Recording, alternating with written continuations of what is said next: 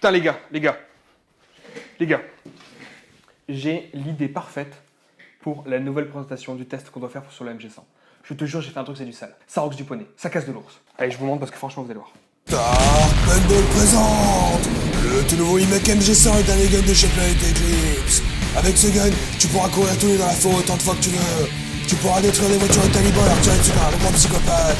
Tu pourras recharger en plein combat avec du swag de l'espace. Et surtout, tu pourras défoncer cette connasse de Dora Exploratrice. Viens voir ta gueule, babouche. Le iMac MG100, il te le faut. Achète. Alors, vous en pensez quoi? Alors. C'est nul. C'est aussi mauvais que le Dragon Ball Evolution. Et en plus, tu racontes que des conneries. Ah. On fait comme d'hab alors? Bon ben, présentation du MG100, c'est parti.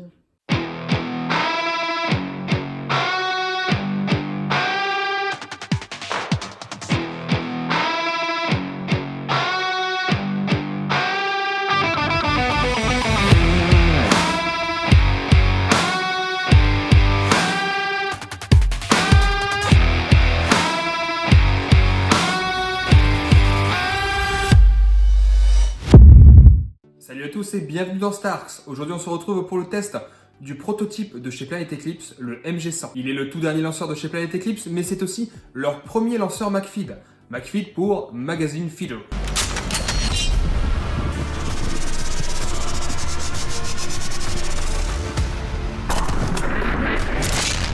D'ailleurs j'adresse un gros merci à Camp Paintball qui m'a prêté ce lanceur pendant quelques jours afin de vous faire un test et une démonstration complète. Je tiens tout d'abord à vous préciser que le lanceur que je vais vous montrer est un prototype. Ce n'est pas la version finale du produit qui sortira au mois de juin. Ce qui veut dire qu'il va encore être testé puis modifié avant d'être commercialisé. Les chargeurs que je vais utiliser dans la vidéo sont des chargeurs de Dydam d'origine. Et je sais de source sûre que Planet Eclipse va modifier les prochains chargeurs qui seront vendus avec le iMac afin qu'ils puissent tirer des billes bien plus fragiles. Donc le prototype que j'ai reçu m'a été livré avec un canon 14 pouces shaft à en base, un chargeur qui fait office d'obturateur lorsque l'on joue en loader, un feeder réglable, le même que le iMac 100, et un garde-main supplémentaire que l'on peut fixer à l'avant du lanceur. Il est important de souligner que le MG100 possède déjà un on-off. C'est exactement le même que vous pourrez trouver sur le iMac 100 en option. Ça laisse penser qu'on aura à peu près les mêmes équipements dans sa version finale, mais rien n'est sûr. Les internes sont quant à eux les mêmes que sur le iMac. Vous retrouverez donc la culasse Gamma Core qui équipe de plus en plus de lanceurs de la marque. Le MG100 est donc un lanceur de paintball destiné à la pratique du paintball scénario. Cela se ressent par son look assez réaliste, la présence de rails Picatinny et son alimentation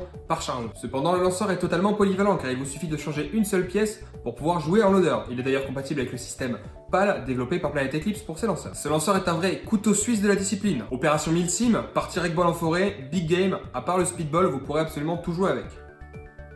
Et encore, je suis sûr qu'il y aura des psychopathes pour le faire. Vous aurez plusieurs possibilités de customisation sur votre MG100 grâce à la multitude d'accessoires qui vous seront proposés. Pour le moment, nous avons vu qu'il y avait un adaptateur de crosse qui vous permettra d'utiliser certainement plusieurs crosses différentes. Vous aurez remarqué que l'adaptateur de crosse est légèrement décalé vers le bas, ce qui nous permettra de viser beaucoup plus facilement avec un masque de paintball. On trouvera aussi un garde-main que vous aurez la possibilité de rallonger en fonction de votre goût et de votre façon de jouer. De plus, le pas de vis Cocker vous permettra d'adapter un grand nombre de canons. Il vous suffira de dévisser légèrement votre garde-main afin de passer des canons avec un diamètre un petit peu plus important. Et là, je vais souligner le seul problème que j'ai trouvé avec le prototype, parce que j'ai cherché un moment et je lui ai trouvé un défaut à ce flingue pour l'instant. Lorsque vous avez votre canon Shaft 4 monté avec les deux garde-mains, on a un léger problème, c'est que vous ne pouvez plus sortir le canon pour le nettoyer. Vous êtes obligé de démonter la partie avant du garde-main pour pouvoir retirer votre canon et ensuite faire l'entretien. Pas très pratique si vous avez besoin de le nettoyer en pleine partie. Pour ce qui est du gameplay, le MG100 est un véritable régal à prendre en main que vous soyez droitier ou gaucher. L'ergonomie et le plaisir de jeu n'est pas sans rappeler celui du Dydam, mais cette fois-ci en version mécanique. Le bouton d'éjection des chargeurs ambidextre est très bien conçu et très facile d'accès même avec sa main forte. Les chargeurs 2x10 billes nous permettent d'introduire les chargeurs toujours dans le bon sens, même si on ne voit rien.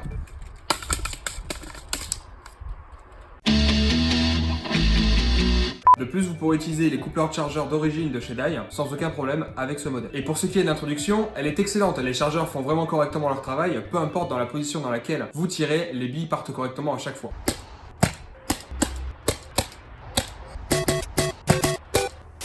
Et pour ce qui est de la précision, je vous laisse regarder les tirs que nous avons réalisés à 20, 30, 40 et 50 mètres.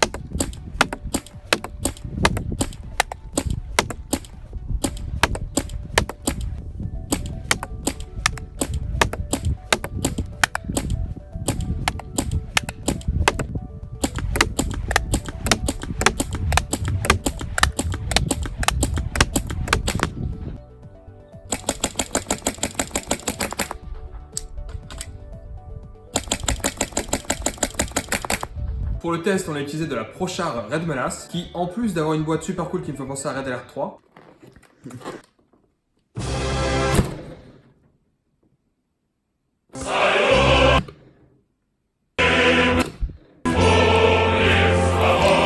c'est aussi la bille développée par Prochar pour les joueurs scénario. D'ailleurs, je vous conseille vivement d'utiliser une bille destinée aux lanceurs McFeed ou scénario, surtout si vous comptez utiliser les chargeurs de Daidan d'origine. J'ai joué avec de la Prochar Exact en premier, c'est une bille qui est un petit peu plus fragile, pendant toute une journée, et sur 2 à 300 billes, j'ai eu 4 ou 5 billes de cassées, et je pense que c'est vraiment dû à la pression exercée par les chargeurs de Daidan d'origine sur les billes. Par contre, avec la Red Menace, qui est une bille adaptée pour les lanceurs McFeed et scénario, j'ai eu aucune casse sur 500 billes tirées. On peut donc conclure que le premier lanceur McFeed de chez Planet Eclipse est déjà une réussite. Les chargeurs de Daidan ont été un très bon choix car ils sont efficaces et peu coûteux, et j'espère personnellement que Planet Eclipse se penchera sur une box mag dans ses prochains produits pour aller avec ce lanceur. Personnellement, j'attendais ce type de lanceur depuis un bon moment. C'est un véritable coup de cœur pour moi et j'ai pris un grand plaisir à jouer avec. On se retrouvera en juin 2019 si tout va bien pour tester la version finale de ce lanceur. Merci d'avoir regardé cette vidéo. Si jamais tu veux nous soutenir, like, abonne-toi et partage. C'est super important, ça nous permet de progresser sur YouTube et de peser un petit peu plus dans le game du paintball. Et ça nous offre des opportunités comme celle-ci de vous présenter des prototypes avant qu'ils sortent. Encore merci et à la prochaine dans Starks.